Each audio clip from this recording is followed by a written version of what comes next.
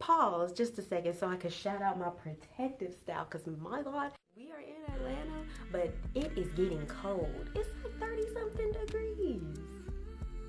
Y'all better get y'all lives together because Jesus is coming back. When it gets under 40 in Atlanta, in Houston, pray, okay? Ask for forgiveness because he on his way and he doing about 900 miles per hour coming straight from heaven, so get right.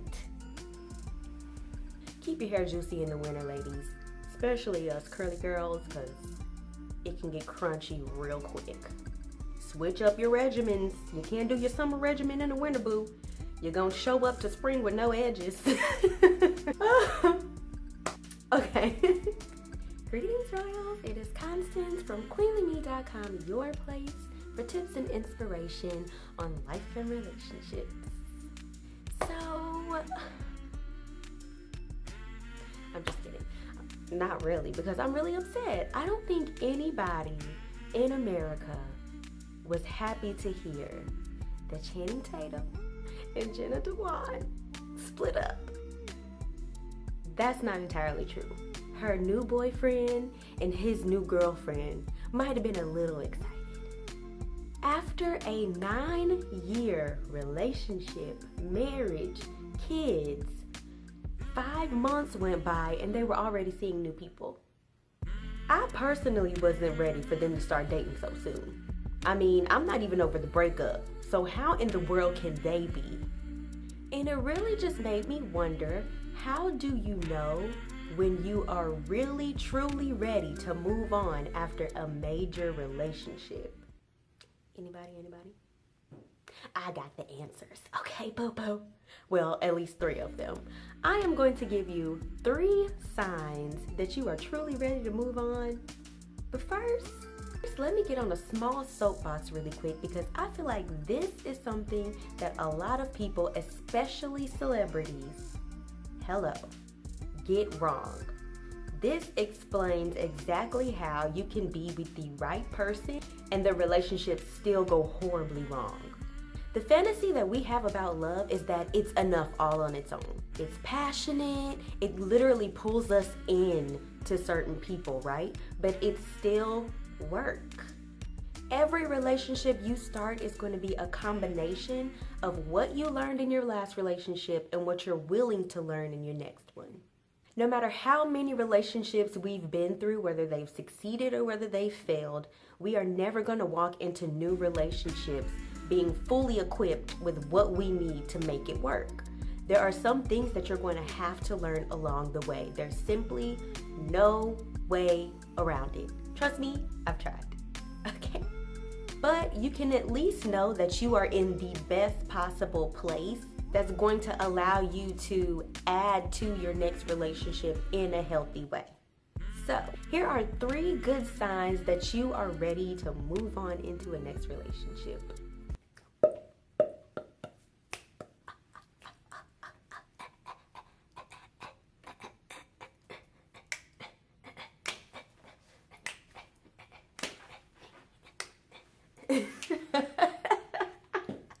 So the first sign that you are truly ready to move on to a new relationship is that you don't hate your ex.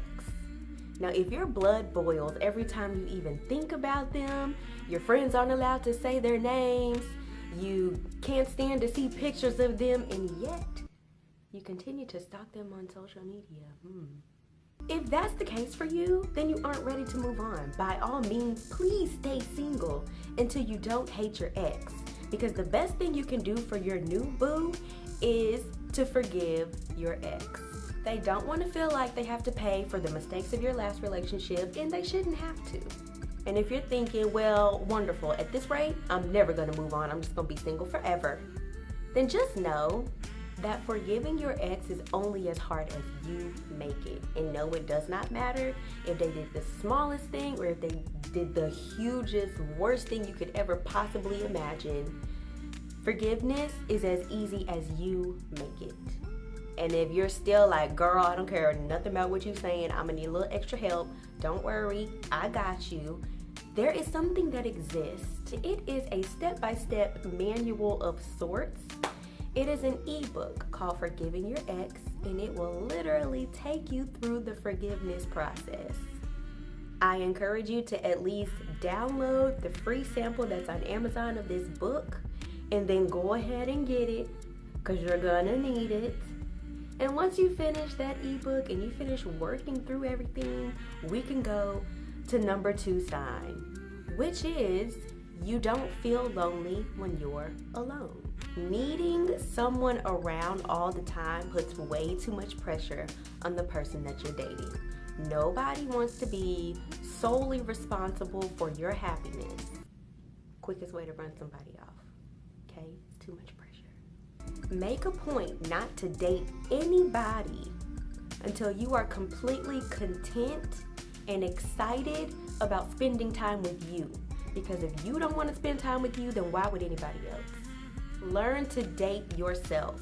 Take yourself out. All those things that you feel like you have to wait until you get a new boo to do because, I don't know, that's just the cute thing and that's what you see on social media and in all the movies. Do them with yourself. Do them with your friends. You're gonna need something interesting to talk about whenever you do meet for your next date. Oh, well, what have you done in life? Where have you traveled? What kind of activities do you like to do? I don't know. I was waiting for you. Ew. Bye. No. You are not about to be on my line 24/7. Okay?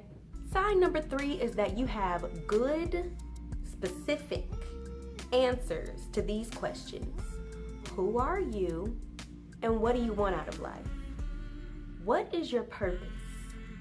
You don't have to have it all figured out, but if you aren't at least working towards finding out some of these things, then you have no business trying to focus your attention on getting a new date. You need to be focusing your attention on your purpose, finding out who you are, finding out what it is that you want your life to consist of. Because what if they never come? And then your life's purpose was finding Mr. Right. You have put your life on hold. You have put your purpose on hold that God wakes you up for each and every morning. Your purpose is not to be in a relationship. You have a purpose. You have a calling. Figure out what that is and who you are. Because if you don't know that, even if you do get in a new relationship, it's not going to last. Because those are things that you need to know. You can't get to know somebody else if you don't know you. I slipped this one off, but I'm passionate about this. I'm sorry, but it's true. Let it marinate. Lift your hands and receive. Again, if you have no idea how to begin this journey of figuring out what your calling is, I got you, boo.